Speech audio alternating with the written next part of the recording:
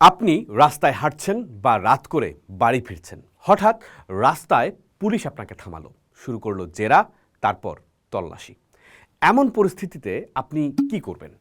স্বাভাবিকভাবেই পুলিশকে তার কাজে সহায়তা করুন।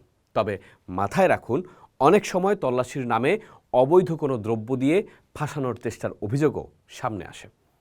তবে ঘাবড়ে যাবেন না, আইন জানা থাকলে আপনি নিজেই নিজের সুরক্ষা নিশ্চিত করতে পারেন। রাস্তায় কোনো নাগরিককে থামিয়ে তল্লাশি করার প্রাথমিক ক্ষমতা মূলত সাব ইন্সপেক্টর বা তার উপরের পদের কর্মকর্তাদের। পুলিশ রেগুলেশনস বেঙ্গল অনুযায়ী কনস্টেবলরা একা তল্লাশি করতে পারেন না, তারা কেবল উচ্চপদস্থ কর্মকর্তার উপস্থিতিতে সহায়তা করতে পারেন। এমনকি পুলিশ সিভিল পোশাকে থাকলেও আপনি তাদের পরিচয়পত্র দেখতে চাইতে পারেন, যা দেখাতে আইন শৃঙ্খলা বাহিনীর সদস্য বাধ্য।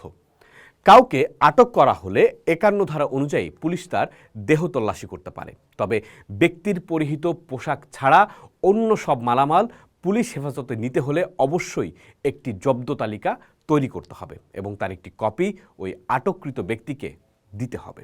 ধারা ৫২ অনুযায়ী কোনো নারীকে তল্লাশি করতে হলে তা কেবল আরেকজন নারী পুলিশ সদস্য দিয়েই করাতে হবে। তল্লাশির সময় ওই নারীর শালীনতা বজায় রাখা বাধ্যতামূলক। কোনো পুরুষ পুলিশ সদস্য কোনো নারীর দেহ তল্লাশি করতে পারবে না।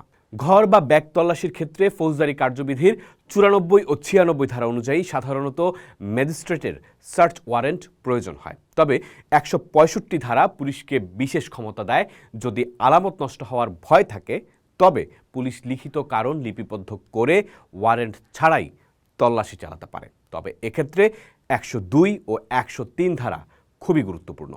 কোনো বদ্ধ স্থান বা ব্যাগ তল্লাশির সময় অবশ্যই এলাকার অন্তত ২ জন সম্মানীয় ব্যক্তিকে সাক্ষী হিসেবে উপস্থিত রাখতে হবে। জনসমক্ষে কাউকে হেনস্থা বা অপমান করে তল্লাশি করা পুলিশের আচরণবিধির সুস্পষ্ট লঙ্ঘন। তল্লাশির সময় আপনি পুলিশের কাছে নিরপেক্ষ সাক্ষীর উপস্থিতি এবং তাৎক্ষণিক রিসিট বা জব্দ তালিকা দাবি করতে পারেন। আইন শৃঙ্খলা রক্ষাকারী বাহিনীকে সহযোগিতা করা নাগরিকের দায়িত্ব, কিন্তু নিজের আইনি অধিকার সম্পর্কে সচেতন থাকা সেই সহযোগিতাকে আরও মর্যাদাপূর্ণ করে তোলে। পোস্ট দেখুন, ভাবুন, করুন। থাকুন পোস্টের সাথেই।